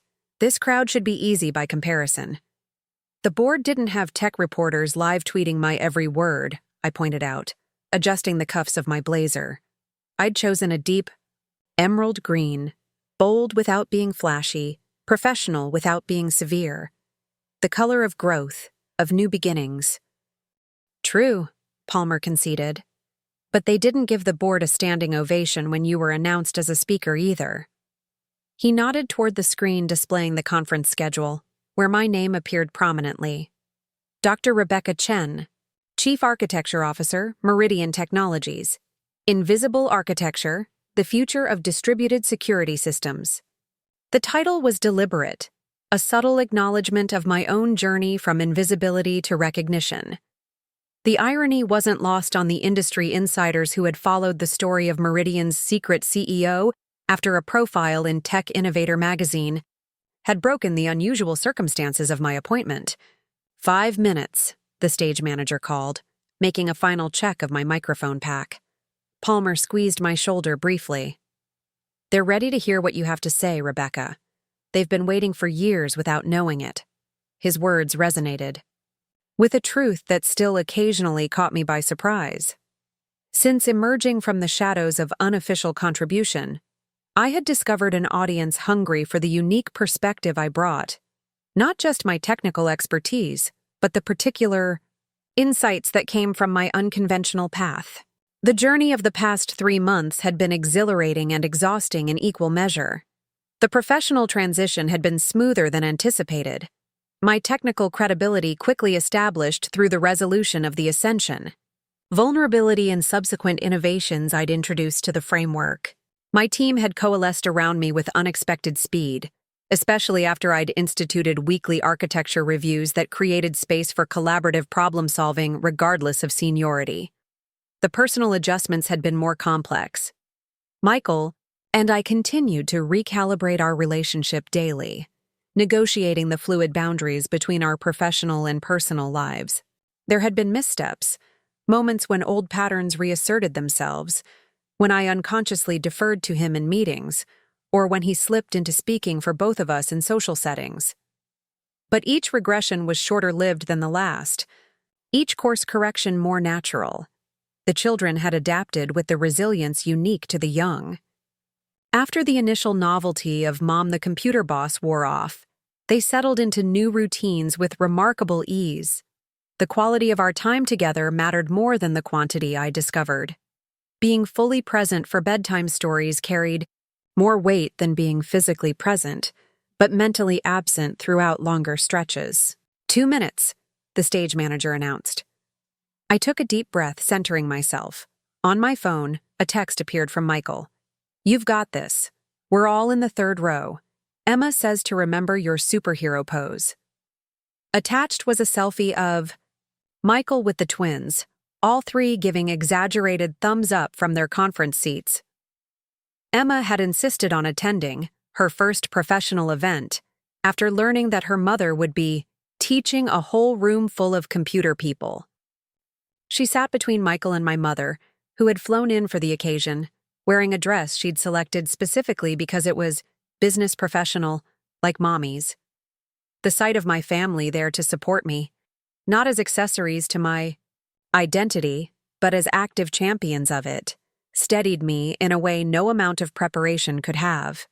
And now, the conference host's voice boomed through the hall, please welcome to the stage Dr. Rebecca Chen, Chief Architecture Officer at Meridian Technologies and the architectural visionary behind the Ascension Security Framework. I walked out to applause that washed over me like a physical force. Spotlights momentarily blinded me before my eyes adjusted, revealing the sea of faces turned expectantly toward the stage. I found my family in the 3rd row, Emma bouncing excitedly in her seat, and felt a surge of confidence that carried me to the podium. Thank you for that generous introduction, I began, my voice steady despite the fluttering in my stomach. Though I should clarify that Ascension, like most significant innovations, wasn't the product of a single visionary, but of collaboration across many talented minds. I paused, finding Michael's face in the crowd. Some contributions more visible than others. A knowing chuckle rippled through the audience. Many were familiar with the unusual story of how I had emerged from behind the scenes. Today, I want to talk about architecture that remains invisible to end users, but forms the critical foundation of our digital security. But I also want to explore something more fundamental: the invisible architectures that shape our industry itself, the assumptions, conventions, and unquestioned patterns that determine not just how we build technology, but who gets to build it and whose contributions we recognize. For the next 40 minutes, I wove between technical expositions of distributed security systems and broader reflections on inclusion, recognition, and the false dichotomies that force unnecessary choices between career advancement and family. Commitment. The presentation I'd refined for weeks flowed naturally, technical diagrams alternating with data on industry participation and personal anecdotes that humanize the abstract concepts. The vulnerability in Ascension that made headlines wasn't just a technical flaw, I explained, displaying a simplified diagram of the authentication failure. It was a communication flaw, a disconnect between architectural vision and implementation reality. When creators become separated from their creations, critical context is lost. I advanced to the next slide, showing the revised development process we'd instituted at Meridian. By reintegrating architectural oversight throughout the implementation cycle, we've not only patched the vulnerability, but strengthened the entire framework against similar failures. The lesson extends beyond security protocols. Integration creates resilience. Separation creates vulnerability. The metaphor wasn't subtle, but it resonated with the audience in ways that transcended the technical discussion. I could see heads nodding, notes being taken, conversations beginning in whispered asides. As I moved toward my conclusion, I shifted from the abstract to the personal. Many of you have read about my unusual path back to this stage after years of invisible contribution. What you may not realize is how common this pattern is, not just for women balancing family and career aspirations, but for anyone whose value isn't immediately recognized by conventional metrics of success. I glanced down at the third row, where Emma was watching with rapt attention despite surely understanding only a fraction of the technical content. I don't regret the years I spent focused on my family. That time shaped me in ways that make me a better architect, a more effective leader, a more complete human being. What I regret is accepting the false choice between professional visibility and personal fulfillment, a dichotomy that serves no one and diminishes us all. The final slide appeared behind me. Not a traditional summary, but a simple image of a bridge spanning a chasm. The future of security architecture lies in creating systems that integrate rather than isolate, that distribute responsibility without diffusing accountability, that leverage diverse perspectives to identify vulnerabilities no single viewpoint could detect. These same principles apply to how we structure our organizations, our industry, and ultimately, our lives. I stepped away from the podium, moving to the center of the stage for my final words. Thank you for listening to someone who was silent for too long. I look forward to hearing your voices in the conversation ahead. The applause began before I'd finished speaking, scattered at first, then swelling into a wave that culminated in a standing ovation led by the third row. Emma was on her feet first, jumping up and down with unrestrained enthusiasm, followed by Michael and my mother, then rippling outward through the audience. I stood in the spotlight, allowing myself to fully inhabit the moment, neither minimizing my contribution nor deflecting the recognition. After years of invisibility, being seen so completely was overwhelming, but I remained steady, acknowledging the response with a composed smile and a deep nod of appreciation. The Q&A session that followed was as engaging as the presentation itself. The questions ranged from deeply technical inquiries about specific aspects of the Ascension architecture to broader ones about industry inclusion and the practical challenges of balancing technical leadership with family responsibilities. You mentioned rejecting false dichotomies, one woman asked. But the reality is that time is finite. How do you practically manage competing priorities without shortchanging either your work or your family? It was the question that lay beneath so many others, the practical challenge that theoretical discussions of balance rarely addressed. You're right that time is finite, I acknowledged. I don't believe in perfect balance. That's a myth that sets us up for perpetual disappointment. What I believe in is intentional imbalance and transparent communication. I elaborated on the specific structures Michael and I had created. Clearly defined family time where work devices were put away, designated work blocks where household responsibilities were shifted, regular check-ins to assess whether the current distribution was sustainable for everyone involved.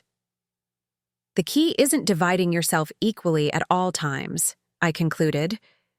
It's being fully present wherever you are, communicating clearly about priorities, and adjusting when the system starts to strain. And perhaps most importantly, it's rejecting the notion that either domain, professional or personal, is solely your responsibility.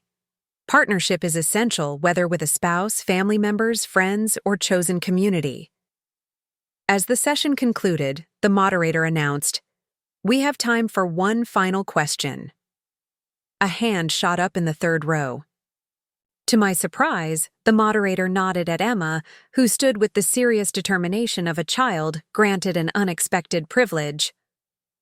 "Yes, young lady?" Emma's voice came through clearly in the momentary hush. "My question is for my mom." She paused, gathering her thoughts with a gravity that belied her 6 years. "Do you like being a secret boss better, or a real boss that everybody can see?" A ripple of appreciative laughter moved through the audience at the disarming directness of the question. I stepped closer to the edge of the stage, addressing my answer specifically to my daughter rather than the larger crowd. "That's an excellent question, Emma. The truth is, I was never really a secret boss. I was just someone whose contributions weren't properly recognized." I considered how to phrase the rest in terms she would understand. Being visible means I can help more people, share more ideas, and show others, especially young girls like you, what's possible. So yes, I like being a real boss that everybody can see much better. Emma nodded with satisfaction, as if this confirmed something she had already intuited. "Good," she declared, "because you smile more now." Her simple observation caught me off guard with its perceptiveness. She was right. I did smile more now, not just professionally, but at home as well. The integration of my compartmentalized identities had brought a wholeness that expressed itself in countless small ways, including, apparently, more frequent smiles. As the session ended and attendees began to file out, many stopped to introduce themselves or continue conversations. Sparked by the presentation, tech journalists hovered nearby, waiting for exclusive comments.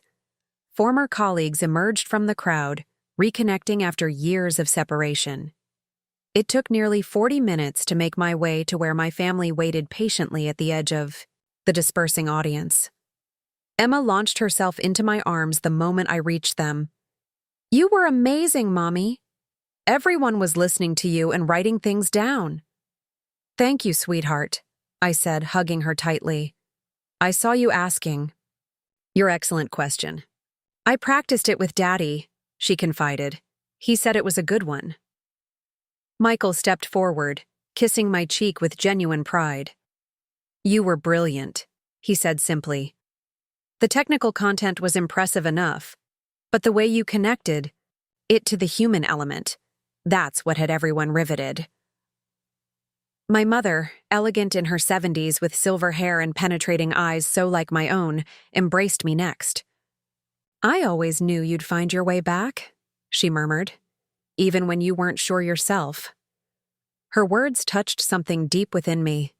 My mother had been both a research scientist and a devoted parent, navigating these dual identities in an era when the challenges were even more pronounced.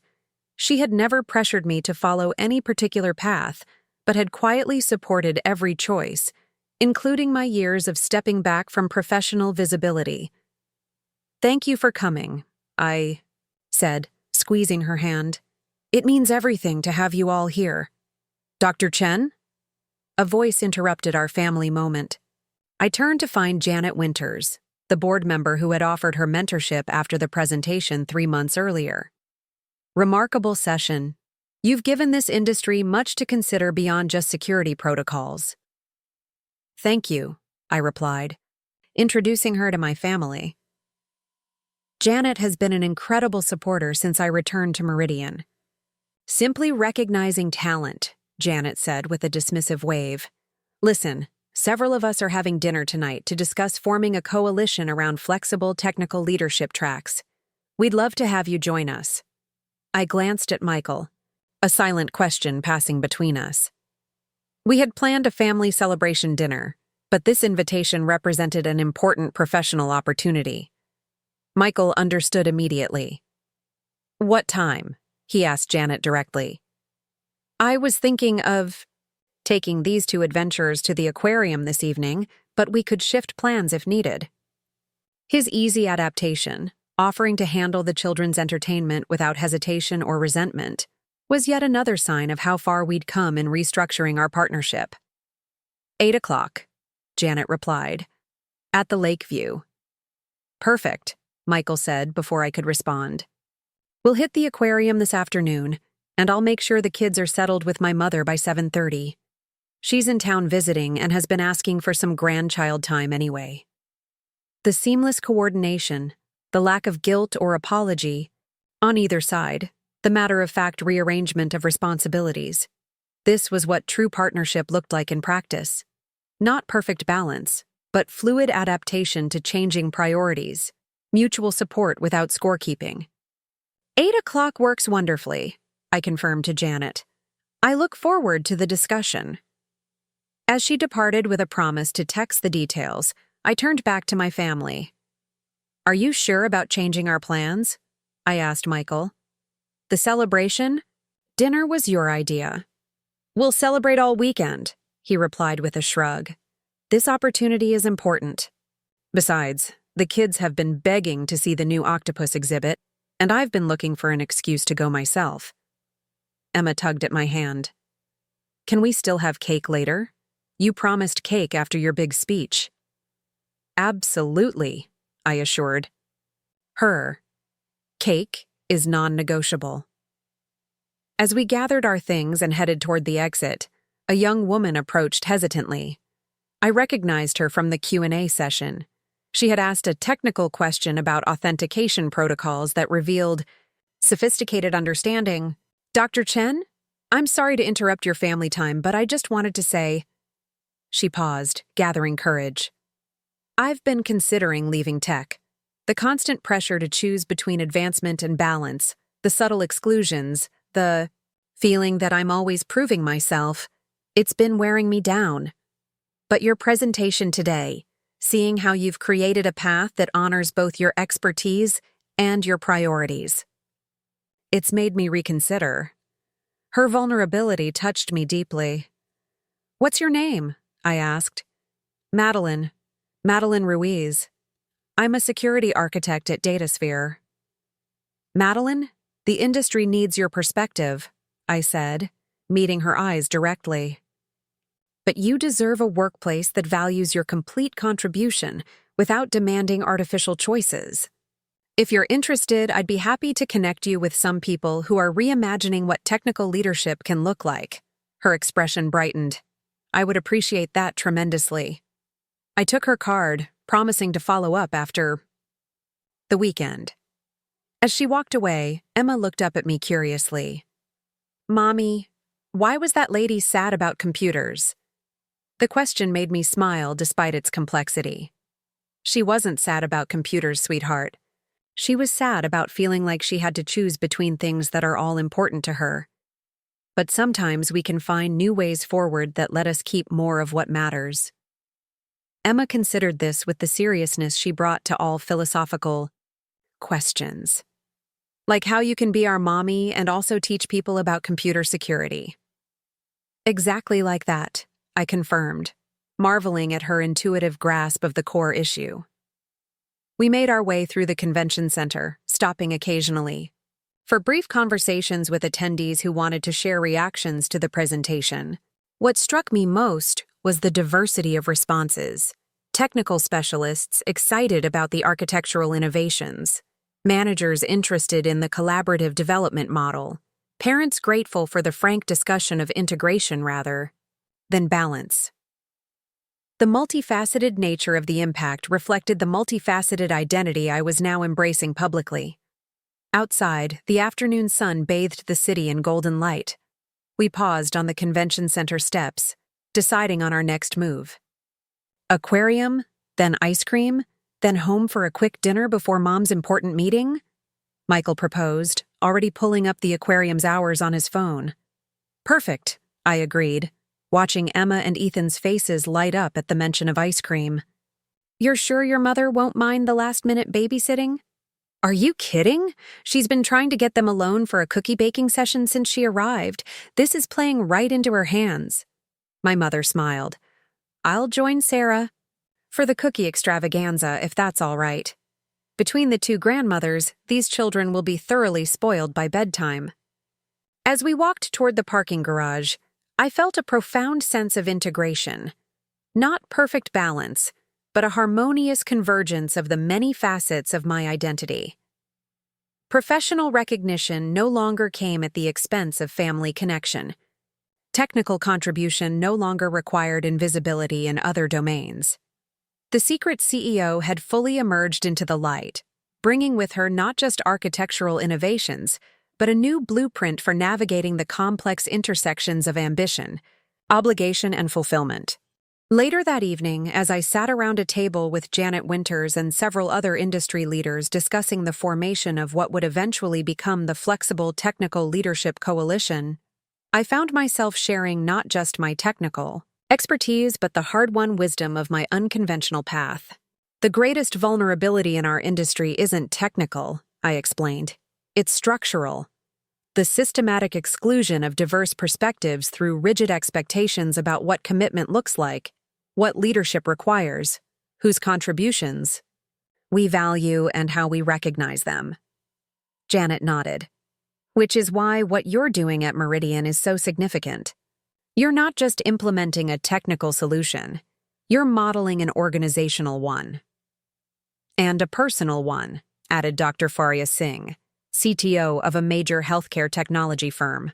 The way you and your husband have restructured your professional and personal collaboration, it creates a visible example for others navigating similar challenges.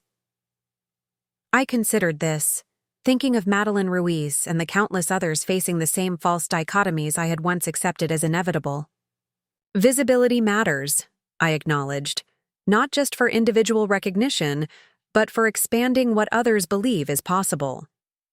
As the conversation continued, my phone buzzed with a text from Michael. Cookies successfully baked. Children successfully bathed. Grandmothers successfully entertained with embarrassing stories from our college days. All secure on the home front. Revolutionize the industry at your leisure. Attached was a photo of Emma and Ethan in pajamas, proudly displaying slightly lopsided chocolate chip cookies beside their beaming grandmothers. The sight filled me with a particular joy that I had once feared professional re-engagement would diminish. Instead, I found that success in one domain enhanced rather than detracted from the other. Not because I had achieved perfect balance, but because I had stopped treating these aspects of my life as competing interests. I tucked the phone away, returning my attention to the discussion around me. We were talking about mentorship programs, flexible technical tracks, remote collaboration tools, practical mechanisms for creating more inclusive pathways to leadership.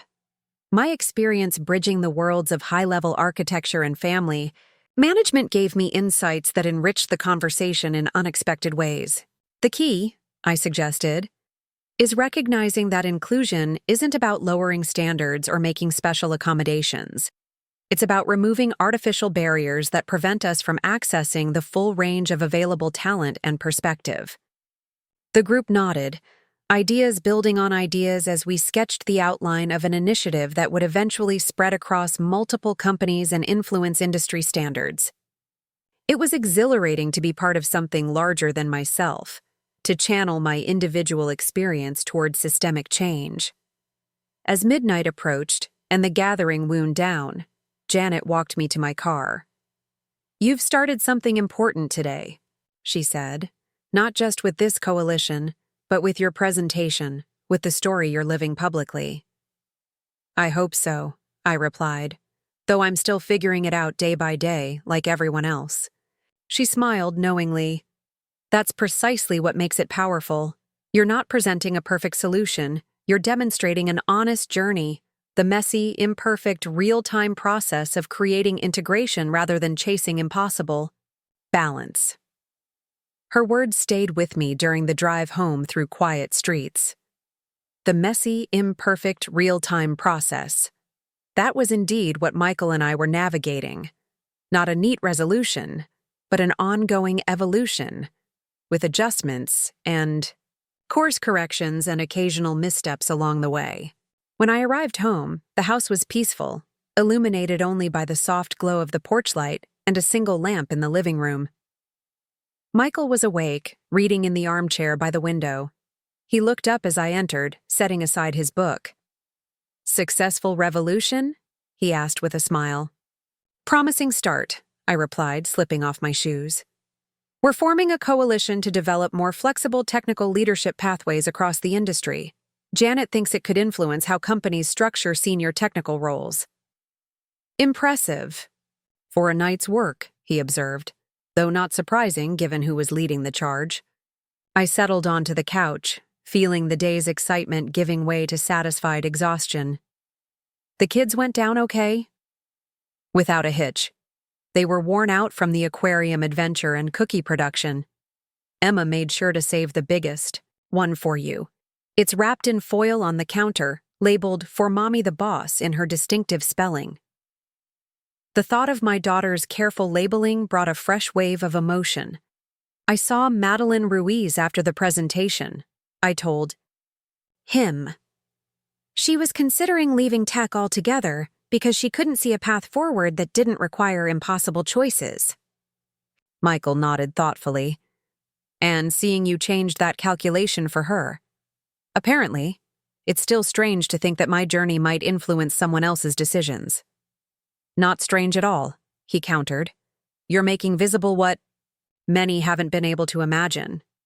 That matters."